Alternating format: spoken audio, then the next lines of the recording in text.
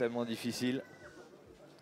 Est-ce que lui, l'anglais qui a miné 3 points tout à l'heure, il va permettre aux Chartrains d'agrandir leur avance. Qui s'élève, qui passe entre parfait. les planches. Ouh là là là là là, Tom Pittman qui scelle le sort de cette rencontre.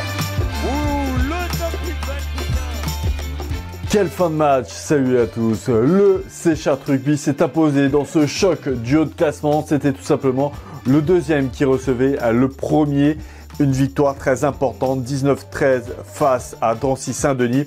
On pourrait dire que c'est le mental qui a joué aussi, car ils n'ont rien lâché dans des conditions très compliquées. Et ils peuvent remercier encore une fois le coup de pied, la botte de leur anglais, Pittman, qui a permis au Ciel et Blanc de revenir à 5 petits points de son adversaire au classement, et il compte toujours un match en moins. Un duel serré, mais une victoire qui fait du bien aussi pour le CCV, qui s'est imposé à l'extérieur face au Plaisir Villepreux 3-7-1 et conforte sa 4e place au classement.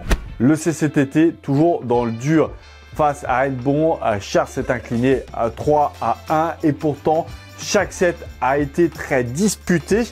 Il faut aussi saluer la belle prestation remplie de promesses d'Antoine Noirol. Le seul point est ramené par Alberto Mino. Comme un air de déjà-vu, le CCMBF s'est incliné à domicile dans un match si important pour le maintien face à Landerneau, 72-66. Et pourtant, elle menait de +8 au début de ce 4e quart-temps grâce à ce superbe 3 points de Marine Debeau.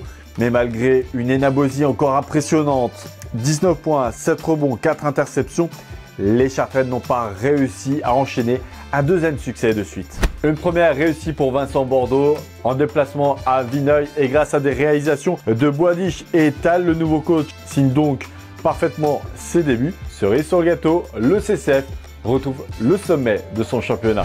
Sur le papier, c'était compliqué, et dans les faits, malheureusement aussi, le CCMB privé de 4 joueurs n'ont pas réussi à tenir sur la distance malgré 2 premiers cartons très intéressants. Défaite du côté d'Évreux, 117-83. Allez, c'est la fin de ce vestiaire. On se retrouve nous la semaine prochaine.